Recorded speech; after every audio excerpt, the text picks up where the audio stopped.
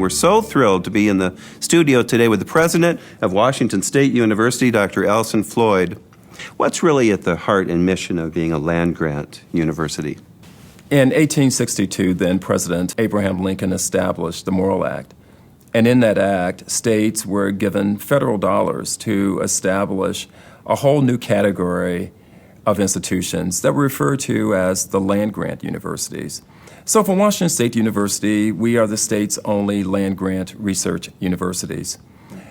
And we have an obligation to make sure that we provide courses that are primarily focused around engineering and those related disciplines. And of course, agriculture is at the heart of it. And we are very, very proud of that portfolio, in fact. And so we will focus on those disciplines as part of our delivery system. Tell us, President Floyd, about what are some of the challenges facing our future generation of leaders, and what is Washington State University doing to address those challenges? There are three major challenges. The first is to make sure that we do everything that we can to keep tuition as low as possible. And we are very, very mindful of it. We can think of it broadly as affordability. The second is to make sure that we do everything within our capacity to be at the cutting edge of change. We know the traditional classroom experience exceedingly well, but being able to use a digital format and to have students access Washington State University remotely makes a lot of sense these days. The online experience, the electronic experience, will be one of those new experiences. And in the global campus environment, students can take an array of academic programs and majors that they can study in their own living rooms, if people have living rooms these days, but they can study at home. They also will have the ability to study under world-class faculty members wherever they are in a ubiquitous way. But the third very, very exciting thing is to have an educational delivery system that will meet their needs both today as well as tomorrow, wherever they are, whenever and however they want to access it. And that's where ubiquity will come into place. Always being there, always being accessible to allow the learner to engage in this ongoing, virtually symbiotic relationship that they will have within the institution.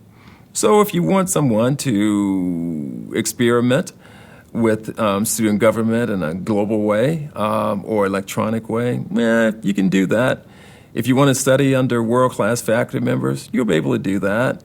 And in terms of the future, speak to the economic impact that WSU has on our state. For every dollar invested, there is a $19 return. That's a pretty good rate of return. And we're going to do everything that we can to continue to sustain that. Relative to our urban campuses, we will create and design new academic programs and disciplines that are consistent with the needs and expectations of the communities in which we find ourselves. So in Spokane, we're really focusing on the health sciences. In Vancouver, it will become one of the more traditional campuses with significant growth around applied technology and engineering. In Everett, we will focus on hospitality and engineering. And in Tri-Cities, we will continue to have partnerships with the National Lab there, Pacific Northwest National Lab. We will also continue to drive our wine program. In fact, we have the second wine science center in the nation. What is a major issue facing Washington today that Washington State University is addressing? Medical education has increasingly become a part of the conversation today.